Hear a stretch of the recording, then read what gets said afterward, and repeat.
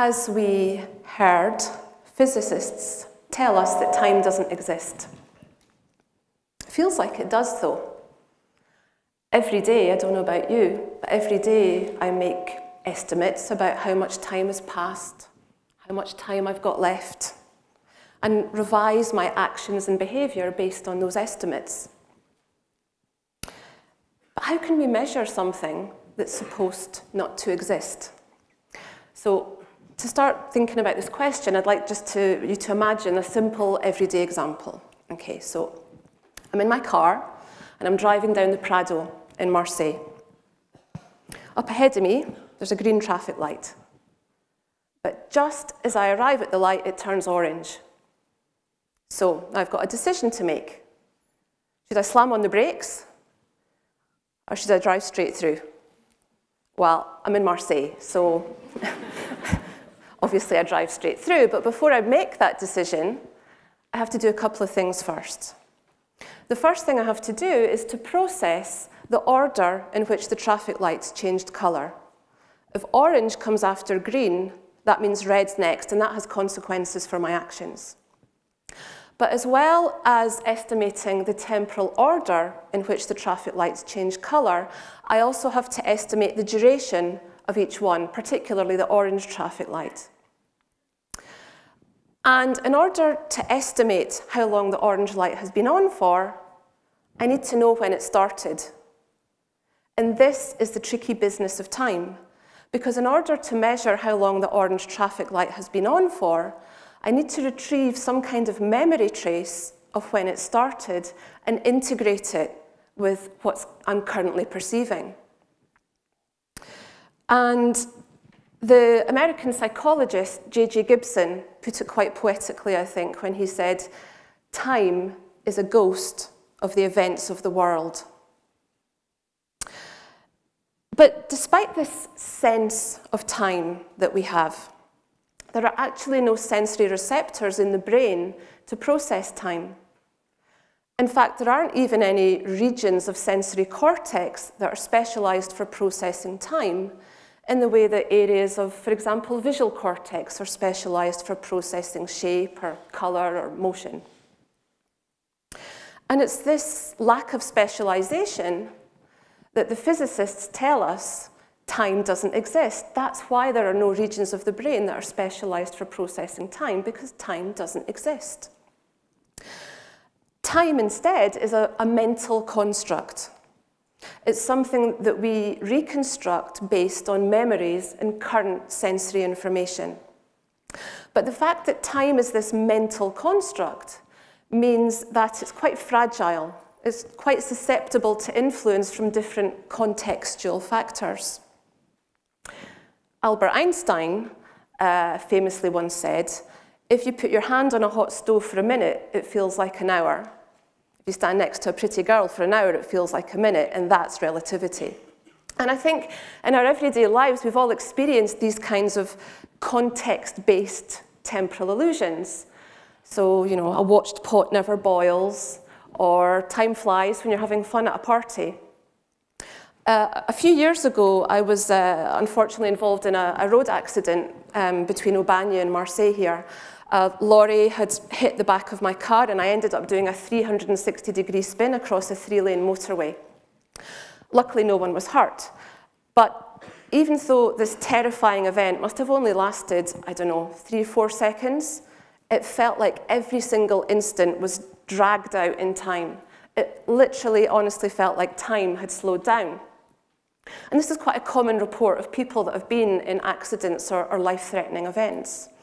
And the reason that I had this feeling, because of course it was just a feeling, time hadn't actually slowed down. The reason I had this feeling that time had slowed down was because, as I say, time is a mental construct. And we know from psychology experiments, the more salient or attention-grabbing the event, the longer it's perceived to have lasted.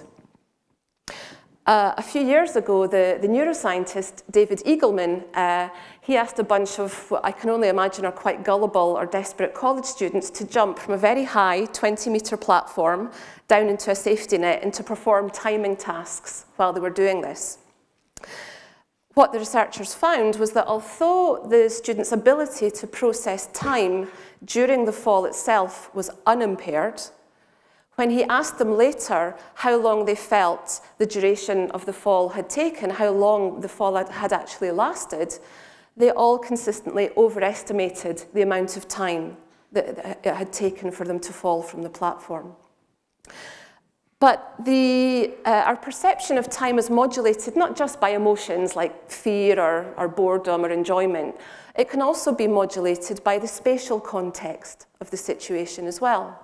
So, for example, we generally perceive large or long stimuli to last for a longer time than smaller ones. Stimuli that appear on the right side of space are judged to have occurred later than stimuli occurring on the left side of space. And this is due to something that Camus has already alluded to, which is called the mental timeline. It's literally the idea that there's an association between the left side of space and early events and the right side of space and later events. At least that's true in our culture in France and in Europe generally, where we write from left to right.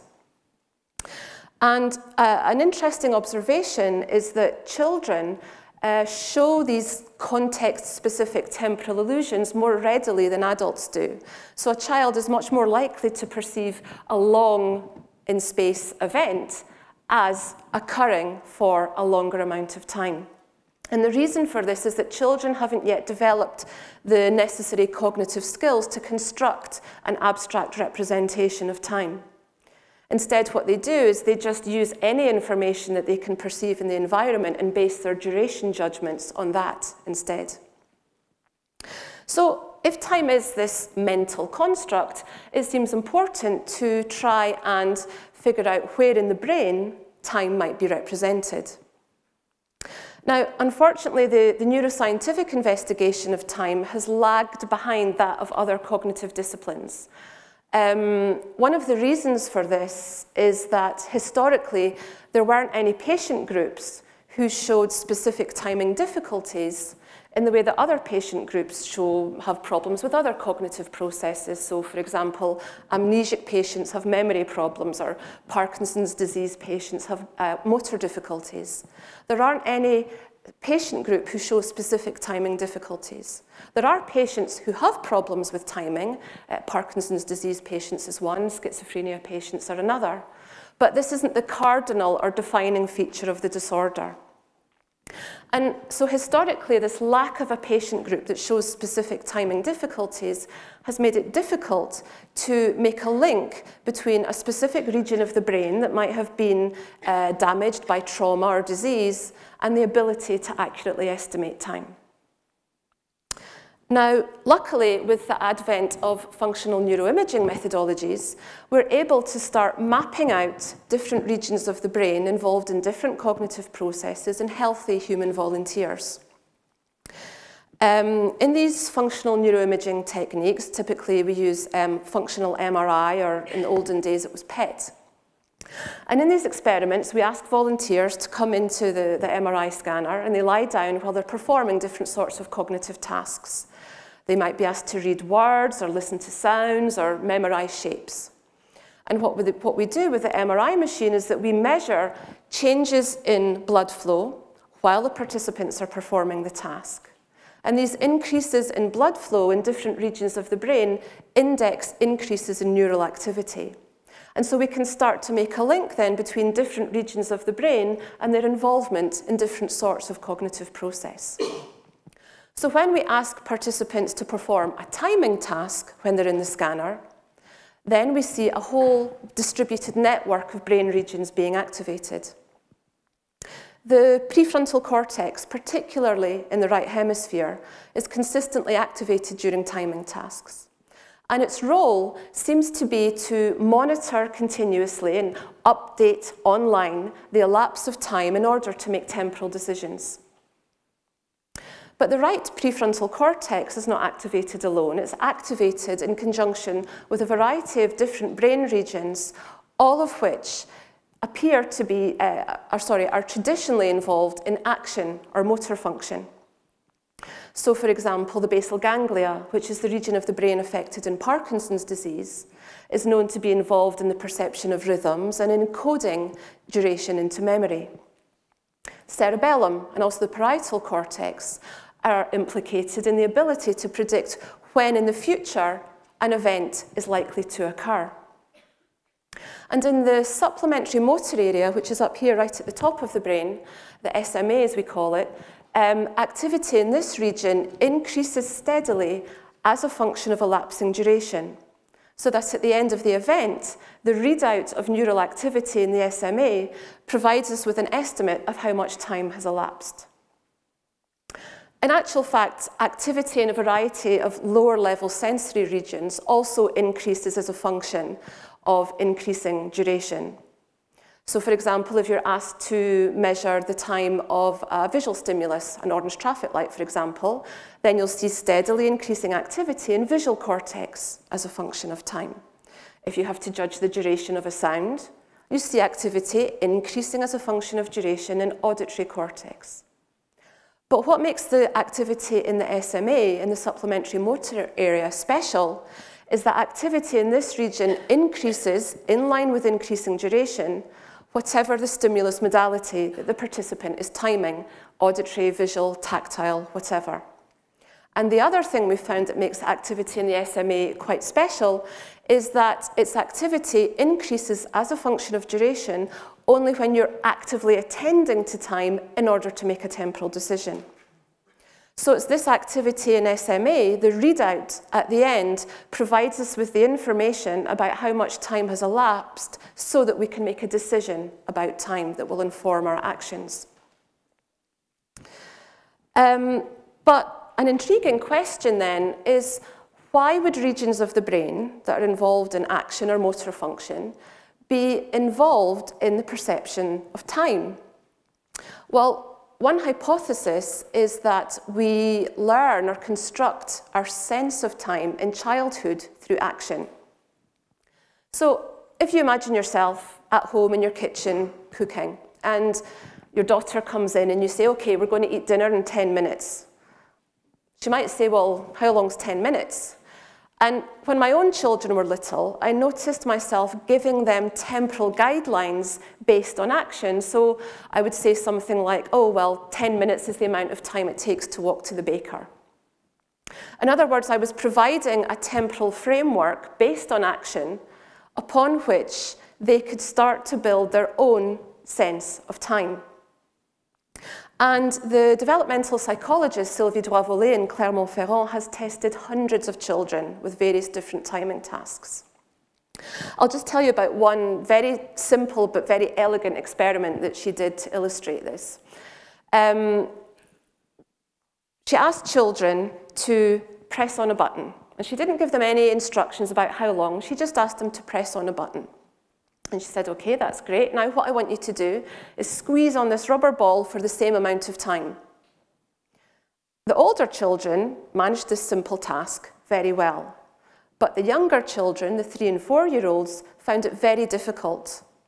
They got confused between the duration of the action and the action itself.